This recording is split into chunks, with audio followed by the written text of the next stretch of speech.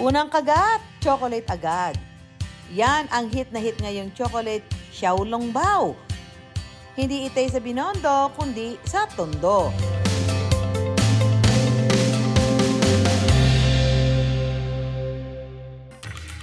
Isa sa patok na pagkain ng mga Chino ang xiaolongbao o soup dumpling. Ang dumpling ay yung sikat na Chinese food na gawa sa masa at may palamang karne o gulay tulad ng siomai at siopao.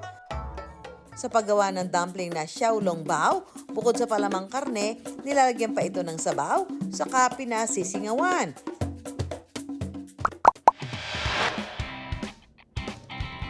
Pero ang 36 anyos na negosyanteng si JR may naisip na kakaibang pakulo sa xiaolongbao na pinalamanan niya ng tsokolate.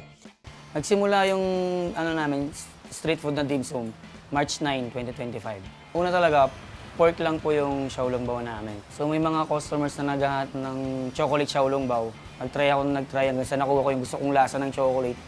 Sa food cart lang nagsimula ang dim sum business ni na JR hanggang nakalipat sa mas malaking pwesto.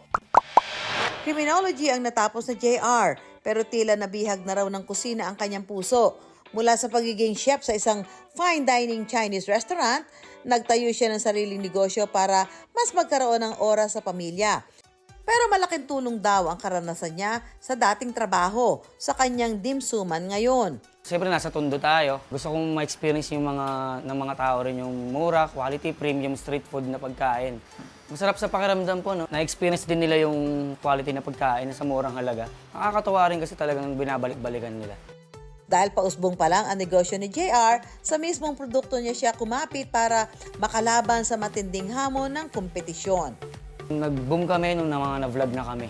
Sa page din po, ngayon pinopokusan na rin namin yung pagpo-post para kahit paano makilala na rin lalo yung page.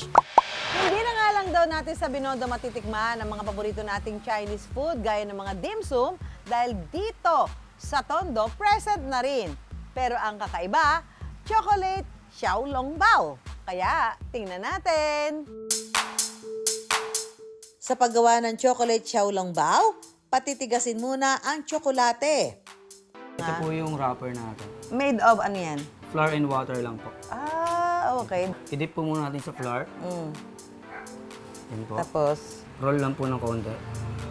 hawakan dito. Hindi po masyadong madiin. Ang alin? Yung pag-roll po. Okay, tapos. Sigot po, tapos roll po ulit ng konti. Balapad na to. Masyado pong madiin pag gano'n. Ngayon, okay na po yung size na yan. Okay na to, di Yan, ba? okay na po yung Ano size lang na- naman dyan, ma-achieve mo tong ganitong size. So, di ba? So, kung medyo mabilis ang paglapad, better. Yes po. Okay na to. Yan, okay na. So, i-fold na po natin. Ay. Hawakan nyo lang po yung chocolate ng bahagya. Mm. So, may flour din po yung daliri natin. Mm. So, hawakan nyo po dito sa... Mm. Tapos, hatak po ng konti. Balik po. Mm. Hatak po ulit. Paulit-ulit lang po. Natutunaw. Opo.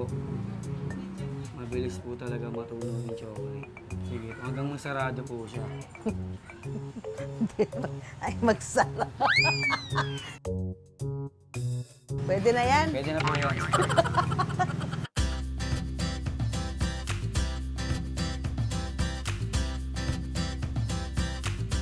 Ready na, Steve, ang ating chocolate xiaolongbao. Gaano katagal? 5 minutes lang po. Ito po yung timer. May timer ka dapat. Opo.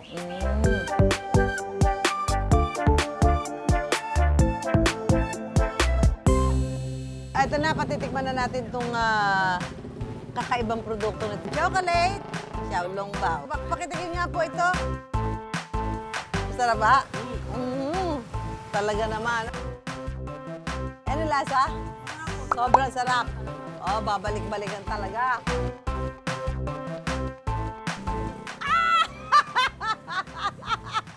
Tulog. Ang sarap. Sikat chocolate. Masarap. Ang sarap. Malinamnam. Oo. Saka Hindi ngayon. masyadong matamis. Oo. Sa mga curious sa lasa ng chocolate xiaolongbao, kaya rin tikman for only 90 pesos, 4 na piraso na.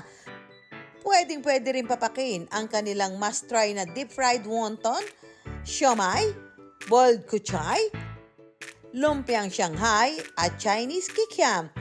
Sa isang araw, nakaka 450 pieces kami ng chocolate xiaolong bao. Pero kung hindi busy, dire-diretso yung gawa ko, nakaka 600 naman kahit papaano. Sa tulong ng ilang kaibigan at pamilya ni JR, naitayo ang kanilang negosyo. Basta nagsimula ako, sir, 1.5 lang eh. Ang hawak namin pera. Pinaikot na lang namin yun hanggang sa nakabili na nga ng ibang gamit. Kapagtabi na ng konti lang sa ipon-ipon. Sa isang araw, umikita na kami ng 20,000. Kung medyo hindi naman ganun kalakas, 12,000 ang kita namin. Dahil sa dumadagsang orders, nahirapan daw si JR na humanap ng mga makakatulong sa negosyo. So yun nga po, nung una, dalawa lang kami nung asawa ko, nagtitinda. Timpla lahat, folding lahat yan, pati palengke lahat, dalawa lang kami. Yung mga tao namin, hindi talaga marunong mag-dimsum, wala experience. So kailangan pa namin turuan. So ngayon natututo naman na, kaya medyo okay na. Katulad ng Choco Xiaolong Bao ni JR, pumuputok na rin ang natatanggap niyang blessings. Nakapundar na siya ng 4 na freezer, motor, laptop, at pangdagdag sa iba pang kailangan sa negosyo. Tiwala lang sa Diyos. Lagi kang hihingi ng gabay sa Kanya. Tiwala rin sa sarili. Tapos kailangan consistent din talaga yung nilalabas nyo para babalik ang tao. Kailangan yung customer mo, hindi mo lang siya mabibigyan ng magandang service. Kailangan magandang experience din dito sa tindahan mo. Ang produktong nauso sa ibang lugar, pwede rin pumatok kahit saan. Isipan lang ng bagong gimmick, tiyak na puputok ang kita, kasabay ng pag-asenso.